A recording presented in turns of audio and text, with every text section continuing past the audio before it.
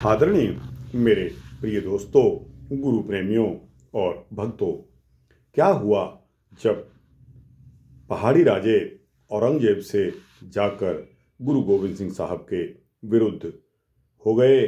दोस्तों, यह वृतांत आपको सुनना चाहिए।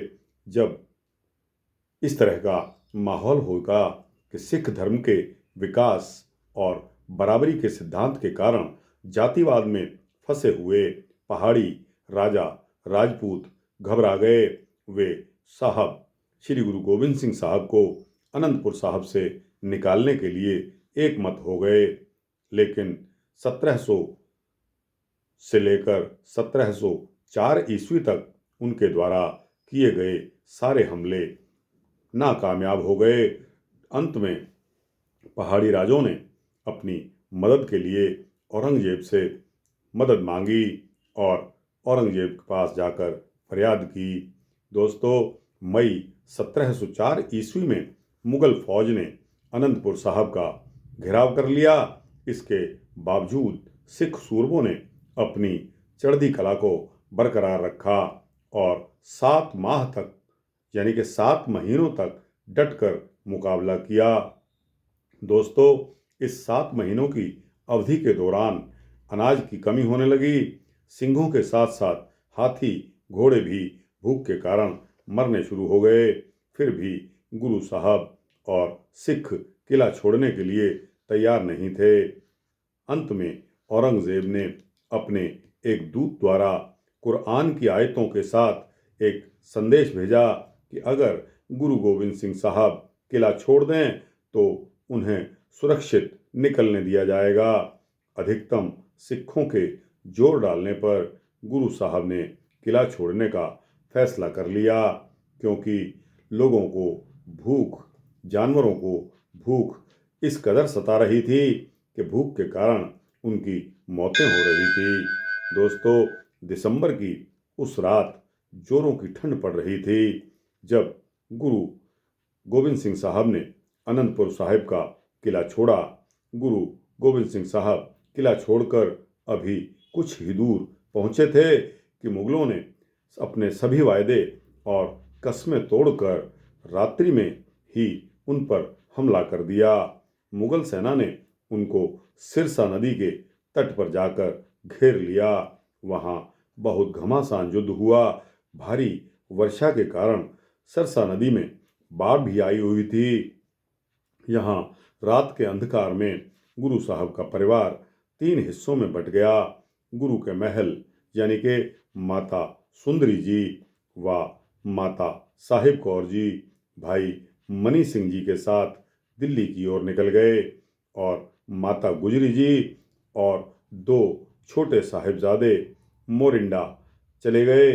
गुरु साहब ने अपने को 2 बड़े साहबजादों व सिख सिपाहियों के साथ नदी को पार कर लिया।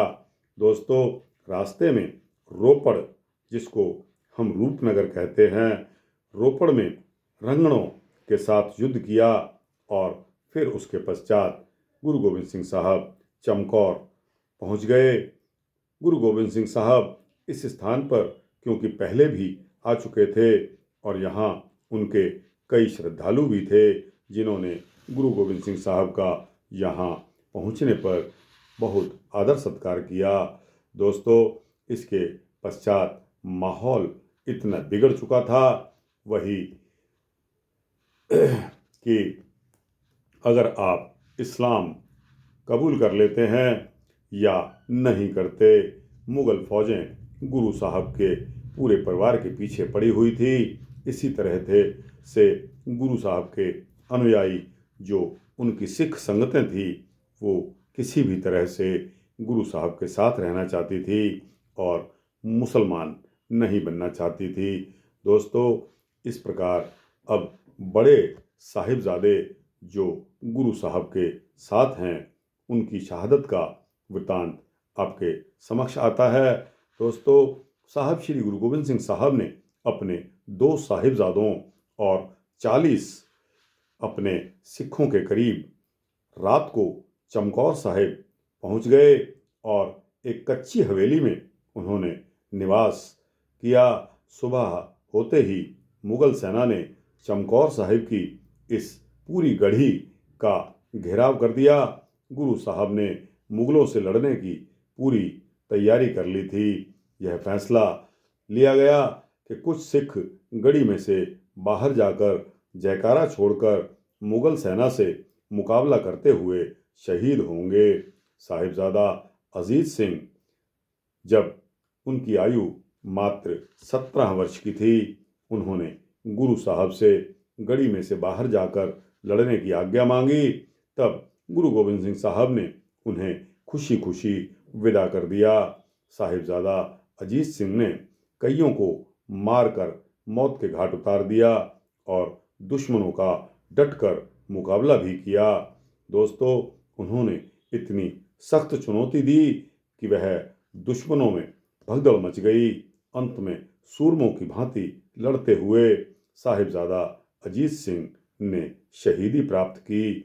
गुरु साहिब ने बाबा अजीत सिंह द्वारा दिखाए गए जंगी जौहरों की प्रशंसा की। दोस्तों, वह दिन आज का ही दिन था। दोस्तों, इस पूरे हफ्ते में हम अपना इस तरह के दुखी हृदय से इस सारे वृतांत को अपने गुरुद्वारों में जाकर भक्ति कीर्तन सुनकर अपना समय इस तरह बिताते हैं और पल पल हम उन बच्चों प्यारे साहबजादों की याद करते हैं जिन्होंने अपने प्राण तक इस धर्म युद्ध में गंवा दिए। दोस्तों, साहिब अजीत सिंह साहब की शहादत के बाद साहिबजादा जुझार सिंह, उनकी आयु मात्र 15 वर्ष की थी। उन्होंने गुरु गोविंद सिंह साहब से गढ़ी में से बाहर जाकर लड़ने की आज्ञा मांगी और विनती की। तब गुरु गोविंद सिंह साहब ने उन्हें भी बड़े चाव के साथ जंग में विदा कर दिया। बाबा जुझार सिंह भी बड़े भाई की तरह ही दुश्मनों से शूरवीरों की तरह लड़े। उनकी वीरता और दिलेरी ने मुगल सैनिकों के दांत खट्टे कर दिए। मुगल सैनिकों को आश्चर्य में डाल दिया कि इतना छोटा सा बालक इतनी कुशल युद्ध शैली से कैसे लड़ सकता है। यह अटल सत्य है कि केवल सूरमे ही मैदान जंग में शहादत प्राप्त करते हैं। दोस्तों, उसी शहादत को दोनों साहिबजादों अजीत सिंह और भाई जुझार सिंह ने प्राप्त किया। दोस्तों, यह शहादत आप आज के कानून के हिसाब से लो तो दोस्तों दोनों ही माइनर थे। दोनों की उम्र 18 वर्ष से कम थी। दोस्तों, आज कानून हमारा सभी बालकों की रक्षा करता है। जो कि माइनर हैं उनको किसी तरह भी पनिशमेंट नहीं मिल सकता। दोस्तों, पनिशमेंट नहीं होता, सिर्फ उसका प्रिवेंशन होता है, उस पर रोक लगाई जाती है। और इस तरह दोस्तों यह वृतांत यहाँ समाप्त होता है। आपको कैसा लगा? अच्छा लगा हो तो दोस्तों इसको लाइक और शेयर करते हुए अपने जैसे दोस्तों, भक्तों, मित्रों, जिज्ञासुओं को भेजना। और दोस्तों, इस चैनल को सब्सक्राइब कर देंगे तो आपको इसी तरह के भक्ति वृतांत मिलते रहेंगे। वाहिगुरु जी का खालसा, वाहिगुरु जी की फतेह।